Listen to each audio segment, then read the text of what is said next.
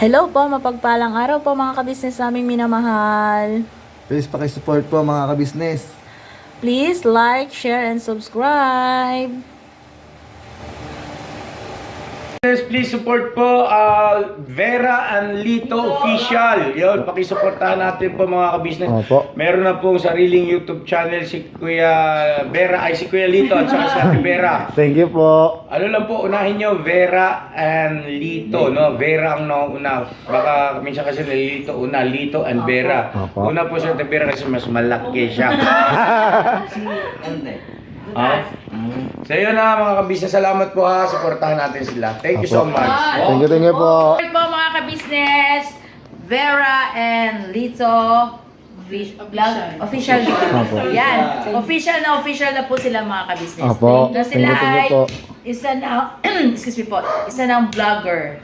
Thank you po. Sa larangan ng YouTube channel. Thank you po. Ate Kuya. Please subscribe, like, and share! Yun o. Salamat.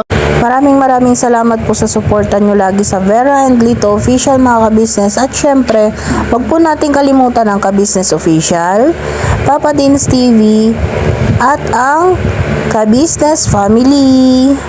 At syempre po, isama po natin lagi ang mga kagwangs mga kabisnes. Andito po ang ating Kagwang by Papaya Official, Kagwang Bong Official, Kagwang Boogie Official, Kagwang Boknoy Official, Kagwang Bornok Official, Kagwang Damulag Official, Kagwang Estong Official, at syempre Kagwang Entoy Official. At syempre, Kagwang Wakiwak Official. Mapagpalang araw po mga kabisnes namin minamahal. Naimbag na aldaw tayo amin mga kabisnes. Kamusta po kayong lahat dyan? Nawa po'y nasa mabuti kayong kalagayan lahat mga kabisnes. So yun po, maglalaba naman po tayo dito sa bahay muna mga kabisnes kasi wala na po akong maisuot. Wala na kaming maisuot ni Lito. Syempre, alam naman ninyo mga kabisnes, galing tayo sa sakit kaya hindi po tayo nakapaglaba ng ilang araw. Hindi naman po kaya ni Lito maglaba mga kabisnes, kaya po yun, natambak na naman po ang ating labahin.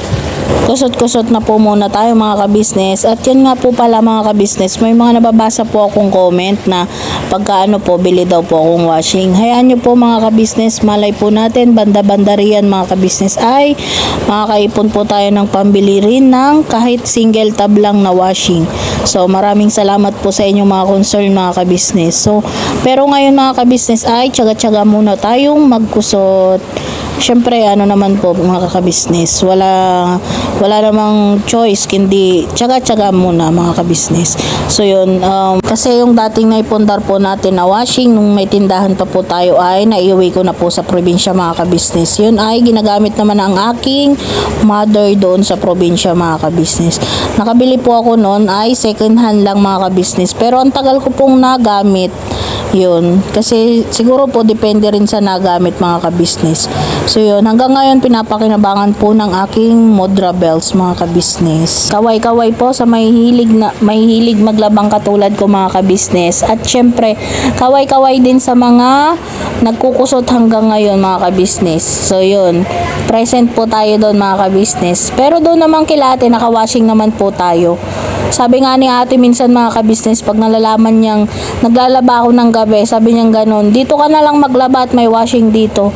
Syempre nahihiya naman ako mga kabisnes na dadalhin pa natin doon yung ating libagin or yung ating labahin, di ba po mga kabisnes?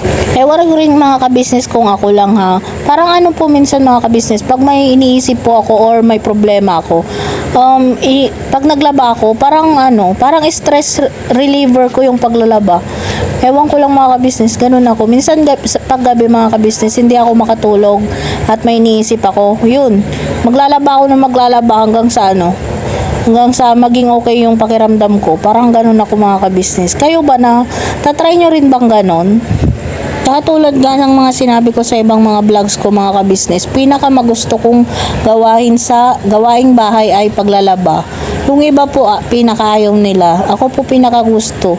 Kayo po mga ka-business, paki-comment kung anong mas gusto nyong gawain sa bahay mga ka-business. Ayan nga po mga ka-business, pangalawang batch ko na ngayong araw na to ang paglalaba. May nauna na po akong nilaban kanina at yun ay maya-maya tuyo na.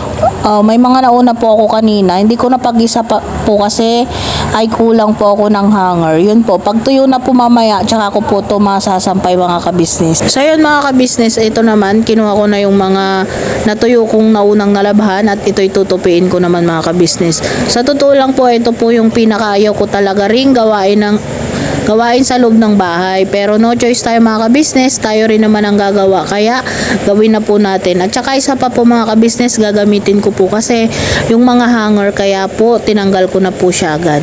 Para po matuyo din yung second batch nating nalabhan. So yun mga ka-business.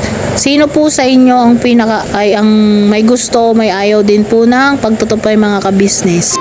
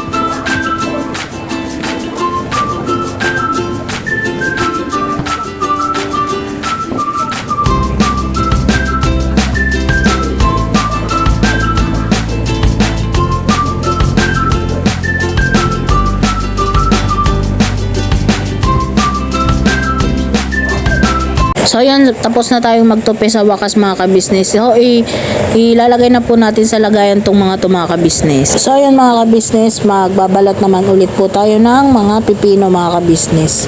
Yan po, may dalawang pipino po ulit ako.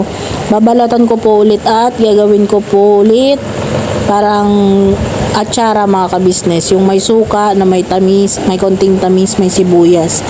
Yun po mga ka-business. Masarap po kasi yun. Paborito po kasi namin ni Lito. Ito po yung gagawin po namin ulit hapunan ni Lito mga ka-business.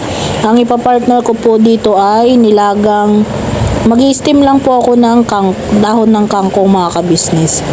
Yung dahon po ng kangkong ay hindi ko nalalagyan ng lasa kasi may lasa na po tong pipino. Meron po kasing suka, konting asukal, asin, paminta at sibuyas mga ka-business. Kaya may lasa na po yung pipino. So, hindi na po ako maglalagay sa nilagang talbos ng kangkong ng lasa mga ka-business. Yun na lang po ang magpapalasa. Yun po ang ating hapunan for today's video mga ka-business. So, yan po. Tapos ko na pong balatan ay hinugasan ko naman po para mahiwa na po natin mga ka-business. So, yan mga ka-business. Hihiwain na po natin. Yan. Baka gusto rin nyo po ito mga ka-business. Try nyo po, masarap po siya. Madali lang naman po siyang gawin. Pagkatapos po nating ma-slice, ibabad lang po natin saglit sa suka. Yun po. Hindi na po lulutuin yung suka mga ka-business. Diretso na suka, sukal, asin, paminta, sibuyas. Yun lang po yung ilalagay. Napakasarap na rin po. Para na po siyang atsara. Yun po yung parang lasa niya mga ka-business. So yun mga ka-business, may pagtikim pa nga po ang inyong lola. Yan po, nahiwa ko na po. Meron na po yan, lasa sa loob. Nauna ko na pong gawin yung ingredients na yan po. May suka, may sili na po yan, sibuyas. So yun po mga ka-business. Ganyan lang po siya, babad lang ng konti. Masarap na po siya mga ka-business. So yun mga ka-business, habang pong ako'y ano po ng kangkong, may kangkong po ako dito. Binili ko po kanina. Ilalaga ko lang po siya mga ka-business. Partner po ng ating pipino. Yan po ang ating dinner ngayon mga ka-business. Hapunan. So yun mga ka-business, habang hihimay po ako nito. May gusto lang po akong sabihin mga ka-business. Siyempre, hindi naman sa kalingit sa kalaman nating lahat itong nakalipas po na vlog dito ng ka-business official ay may mga nabash tulad ko, tulad natin Mengay at tulad ni Kuya Bornok mga ka-business. Gusto ko lang din pong magsalita mga ka-business na ang sa akin lang doon po mga ka-business, wala naman pong kasalanan din si Ate Mengay at si Kuya Bornok. Kaya ko lang naman po sila pinatigil mga ka-business para alam din po nila at para ma-explain ko rin sa kanila. Kaya ko po sila pinatigil sa mga sinasabi nila. Hindi naman po porkit in-stop ko yung sinasabi nila ay may mga samaan na po kami ng loob. Wala po mga ka-business. Gusto ko lang din, in-stop ko lang yung sinasabi ni Ate Mengay tungkol sa nararamdaman ko po mga ka-business na migraine. Kasi po, syempre, para maipaliwanag din sa kanya at maipaliwanag din sa mga ka-business natin, mga ka-business. Syempre, alam ko naman po na may mga gusto ring makaalam mga ka-business. At syempre, unang-una po sila ate at kuya ka-business. Ang lang po doon, kasi syempre, ando na po siguro tayo sa hindi alam ni kuya. Kaya po siya nakapagsabi ng ganun sa intro po ng kanilang vlog.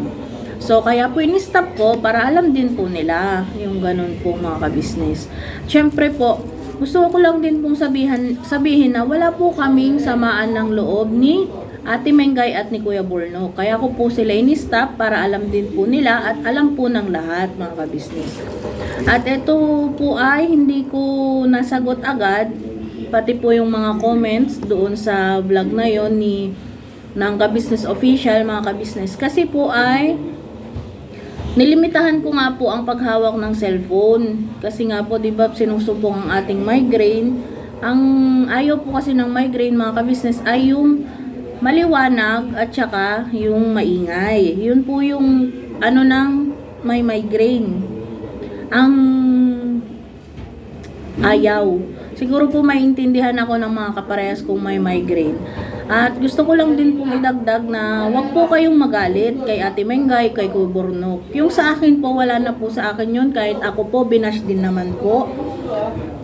Pero, wala na po yun sa akin mga ka-business. Alam ko po na hindi naman po lahat ng manonood ay mapiplis ng iba. Pero sana po, wag na rin naman po kayong magsalita ng kung ano-ano kay Ate Mengay. Kasi po hindi lang naman sa vlog na yun. Maraming nasasabi kay Ate Mengay, sa totoo lang mga ka-business.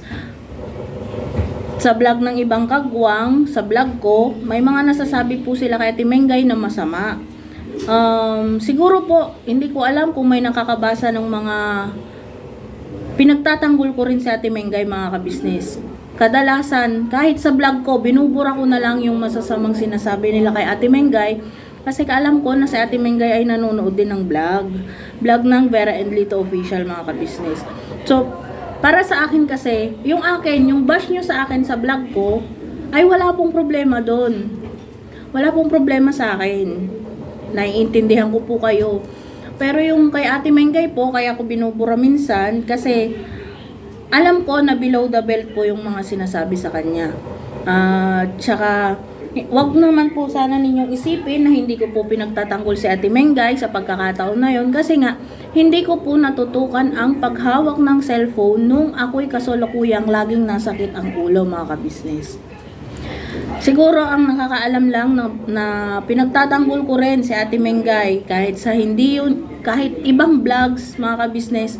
Ayan, siguro yung mga nakakapag-comment kay Ate Mengay ng masasama, nababasa nyo rin po siguro yung mga reply ko minsan sa inyo na wag naman po ganon. Wag naman po ganon. Kahit hindi po kay Ate Mengay, kadalasan yung ibang mga M's po. Tulad po ni Ate Junjun. Ate Junjun, babanggitin kita ngayon. May mga po, 'di ba? May mga comment din na masasama sa iyo. Siguro nakikita mo rin 'yun Ate Junjun minsan na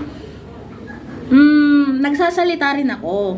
Kaso itong nagkasakit nga ako, alam mo rin siguro yon na yung may vlogs ako na yung about naghihimay tayo ng malunggay, Ate Junjun. Siguro kung natatandaan mo yon, alam ko nag-reply ka doon sa mga comment tungkol sa'yo. Alam ko na hindi ko na-replyan yon kasi kahapon ko lang talaga mga nabasa yun. Tsaka mga ka-business, balik po tayo sa topic mga ka-business. About po kay Ate Mengay, wag na po kayong magsalita. Kahit hindi po yun sa vlog ni Kuya na about sa akin. Kadalasan tuwing nakikita nyo si Ate Mengay, masasakit po yung sinasabi nyo. Siguro, wag naman na po. Kasi alam nyo po, sa totoo lang, ayan, totoo yung sinabi ni Ate Mengay na siya ang nakakatulong sa akin sa ka-business house mga ka-business. Kung kunwari wala ako, siya po talaga, siya ang nagrepresenta na siya ang maggawa doon. At saka, mga ka-business, siya din ang kasama ko laging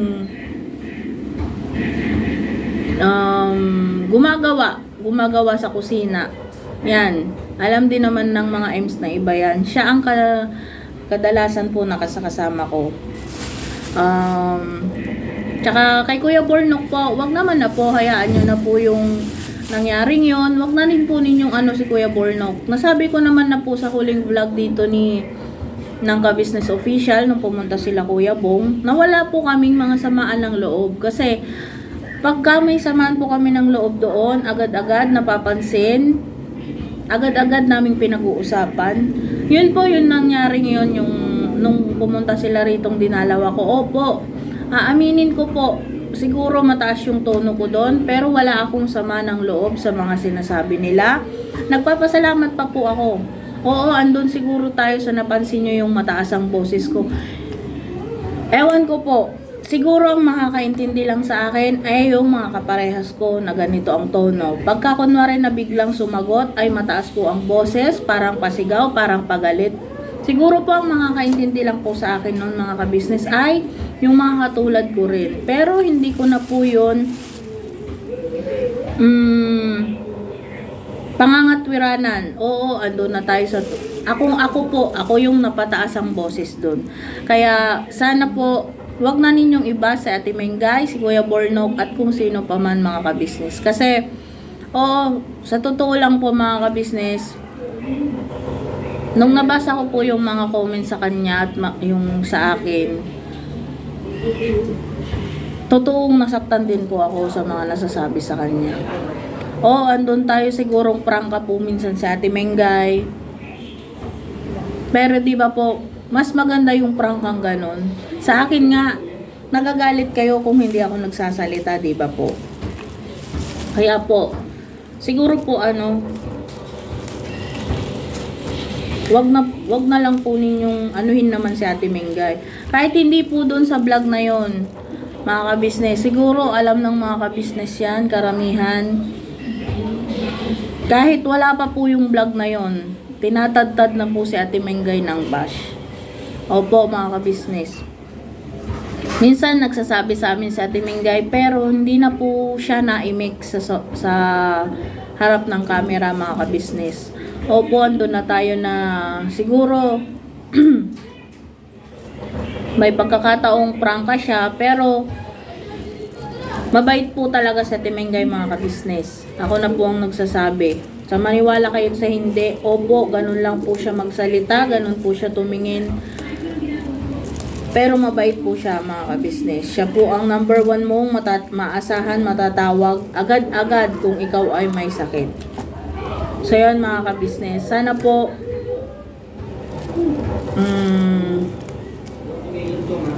maging okay na po, maging okay na lahat.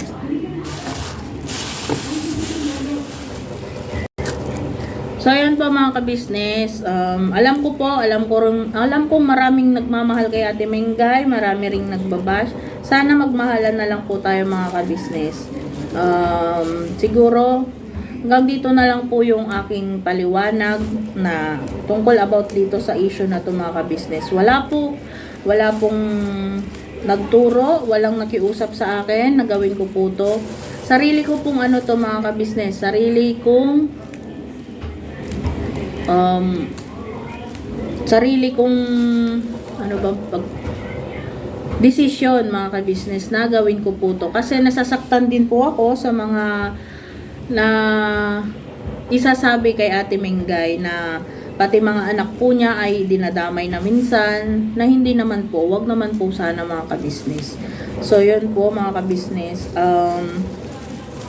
sana po kahit hindi sa vlog na yon ng ka-business official, kahit anong vlog mga ka-business, tigilan nyo na po, parang awan nyo na, wag naman, kasi minsan si Ate Mengay, sa totoo lang po mga ka-business,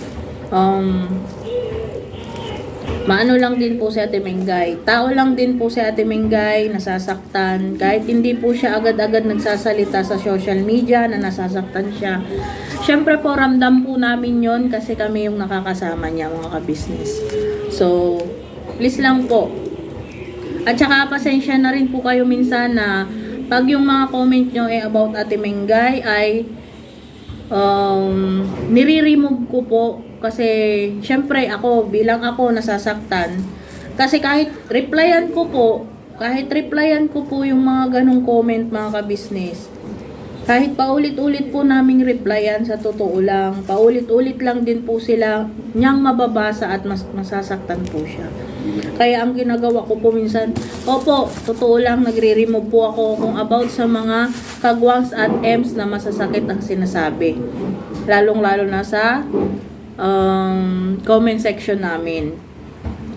Kung yung tungkol po sa akin, hindi na po ako nagre-remove Nasanay na po ako, hina-heart ko pa nga po mga ka-business. Pero yung about po sa mga sa kanila minsan, tinatanggal ko po talaga yon mga ka-business. Kasi ayoko po na lalo sa loob ng comment section ko mga ka-business ay may mga bababasa kami ng paulit-ulit na ganun. Oo mga ka-business, nakakasakit mga ka-business, sa totoo lang. Kahit sabihin nating wag balat sibuyas sa social media, syempre kami ang nakakakilala sa kanya mga ka-business. So yun po, hanggang dito na lang po siguro ang ating pagpapaliwanag tungkol doon.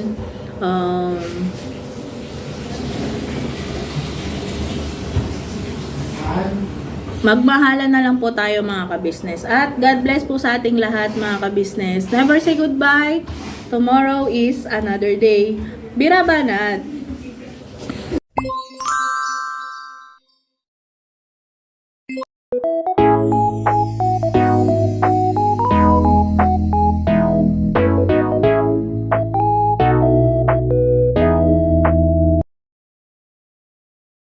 Thank you for watching. Bye!